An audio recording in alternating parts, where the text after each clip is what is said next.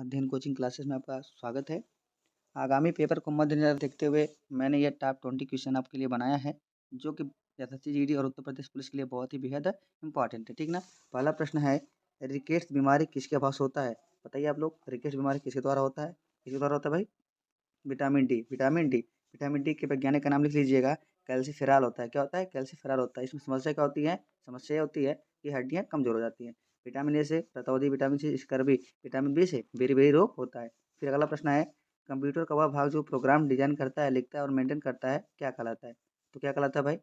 Programmer कहलाता है। क्या कहलाता है? प्रोग्रामर कहलाता है। बहुत बढ़िया, आगे चलते हैं। प्रश्न है, प्रधानमंत्री नरेंद्र मोदी ने पानीपत से किस अभियान की शुरुआत की थी या प्रारंभ की थी? क्या हो जाएगा बताइए आप लोग? क्या हो जाएगा? बेटी बचाओ बेटी पढ़ाओ। बहुत बढ़िया, आगे चलते हैं। अगला प्रश्न है, अंतरिक्ष यात्री को निम्न अंतरिक्ष से आकाश कैसा दिखाई देता है? बताइए भाई, कैसा दिखाई देता है अंतरिक्ष से? बिल्कुल उत्तर सही है, कैसा? काला। बहुत बढ़िया, अगला प्रश्न है, क्रायोजेनिक्स का मतलब क्या है? बताइए भाई, क्रायोजेनिक्स का मतलब क्या है? बताइए भाई, क्या इसका मतलब है? बताइए भाई, क्या है? बहुत बढ़िया भाई, क्या हो जाएगा इसका उत्तर? बहुत निम्न तापमान का अध्ययन। क्रोमोजेनिक्स का मतलब होता है बहुत निम्न तापमान पर अध्ययन करना। क्लियर है ना? आगे चलते हैं। वनस्पति के द्वारा शोषण किया गया अतिरिक्त जल ज़्यादातर इसके द्वारा हवा में विलीन होता है। इसके द्वारा ज़्यादा हवा में विलीन होता है? पत्ते की ऊपरी सतह, पत्ते की निचली सतह, फूलों की पंखुड़ी, तना। बिल्कुल बताइए भाई, उत्तर क्या हो जाएगा? क्या हो जाएगा भाई? पत्ते की ऊपरी सतह। बहुत बढ़िया, अगला प्रश्न है, न्यूट्रॉन की खोज किसने की? न्यूट्रॉन की खोज किसने की? बताइए भाई, न्यूट्रॉन की खोज किसने की थी? किसने की थी? चैडविक ने। किसे? चैडविक ने। ईंट पर नाच, ये ट्रिक होता है। ईंट पर नाच का क्या है? ट्रिक है। आगे चलते हैं। सौर परिवार में निम्न में से कौन सा ग्रह सूर्य से अधिकतम दूरी है? तो भाई सबसे अधिक दूरी कौन तय है? बताइए भाई, कौन सबसे दूर है सूर्य से? बहुत बढ़िया, कौन बताएगा? वरुण। बहुत ही बढ़िया उत्तर, वरुण हो गया, ठीक ना। अगला चलते हैं। गतिमान एक्सप्रेस एक सेमी हाई स्पीड ट्रेन है जो नई दिल्ली और आगरा के बीच अधिकतर किस किलोमीटर प्रति घंटे की गति से चलती है? मतलब स्पीड बताना है, बताइएगा वो कोई भाई? कितना? 160 किलोमीटर प्रति घंटा। बहुत बढ़िया, अगला प्रश्न है, इनमें से कौन सी नदी भारत में पश्चिम दिशा में बहती नदी नहीं है? मतलब पश्चिम में नहीं बहती। नर्मदा, लूनी, साबरमती, कृष्णा। ये तो बिल्कुल उत्तर सही होना चाहिए भाई। कौन जाएगा? कृष्णा, ठीक ना। बहुत बढ़िया, आगे चलते हैं। उत्तर प्रदेश से प्रश्न है, उत्तर प्रदेश की भौगोलिक सीमा सर्वाधिक राज्यों को स्पर्श करती है। निम्नलिखित में से कौन सा राज्य इनमें शामिल नहीं है? भाई सबको शामिल कर लेती है पर एक नहीं है। कौन बताएगा भाई? बहुत बढ़िया, किसको साथ? उड़ीसा। उड़ीसा साथ सीमा साझा नहीं करती, इसी को विशेष ध्यान रखिएगा। क्लियर है ना? अगला प्रश्न है, अब यहाँ पे डॉट डॉट डॉट का मतलब क्या होगा? झील भारत की सबसे बड़ी खारे पानी की झील है या भारत की सबसे बड़ी झील है? तो आपको पता ही होना चाहिए। क्या होना चाहिए भाई इसका उत्तर?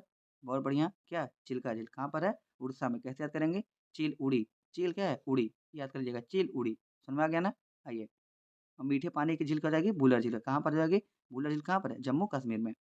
डॉट डॉट डॉट मिट्टी भारत में सर्वाधिक मात्रा में पाई जाती है। बहुत बढ़िया भाई, बहुत ही शानदार प्रश्न है। देखिए कौन बता पाता है? सर्वाधिक रूप में कौन सा है? काली मिट्टी। कौन सी? काली मिट्टी सर्वाधिक रूप से पाई जाती है। आगे चलते हैं। भारत के संविधान की डॉट डॉट डॉट अनुसूची में असम, मेघालय, त्रिपुरा, मिजोरम राज्यों के जनजातीय क्षेत्रों के प्रशासन के संबंध में प्रावधान है। आपको मैंने पहले बताया था कि अनुसूची 6 जो होती है, अनुसूची 6 है, असम, मेघालय, त्रिपुरा, मिजोरम राज्यों में अनुसूचित जनजातियों के लिए विशेष संबंध रखती है, ठीक ना। आगे चलते हैं।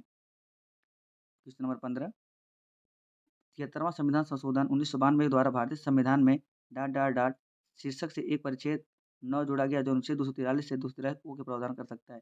बिल्कुल बढ़िया भाई, ये क्या है? पंचायत है। और आपको बताना चाहता हूँ कि पंचायती राज व्यवस्था में महिलाओं को क्या मिला है? आरक्षण मिला है, इसको ध्यान रखिएगा। आगे चलते हैं।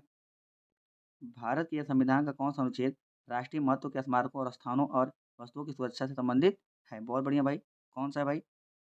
बिल्कुल article number 49। Article number 49, clear है ना? आगे चलते हैं। आर्टिकल नंबर 48 क्या है? पशुपालन। 48 को क्या है? पर्यावरण। 48 49 क्या है? स्मारकों का संरक्षण। भारत का संविधान संविधान सभा द्वारा अपनाया गया 26 जनवरी 2050 को लागू कर दिया गया। आपको पता होना चाहिए 26 नवंबर 1949 को अपनाया गया। क्लियर है ना?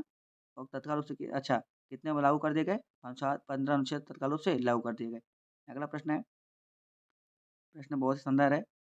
उत्तर प्रदेश के डॉट डॉट डॉट में बुद्ध ने अपना पहला उपदेश दिया और अपने कार्यविधि का नींव रखी। तो आपको पता होना चाहिए कहाँ पे?